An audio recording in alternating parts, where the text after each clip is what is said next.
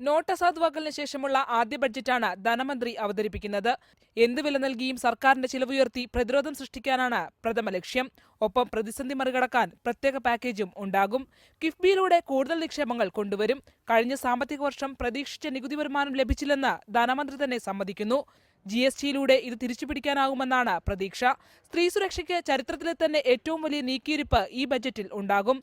Gender budget എന്ന പ്രത്യേകതയും ഇത്തവണത്തെ ബജറ്റിനുണ്ട്.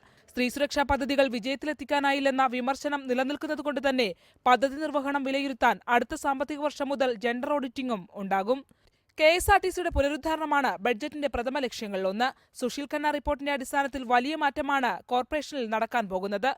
KSRTCയെ കരകയറ്റാനുള്ള ബൃഹത് പദ്ധതികൾ ഉൾക്കൊള്ളുന്നതായിരിക്കും ബഡ്ജറ്റ്.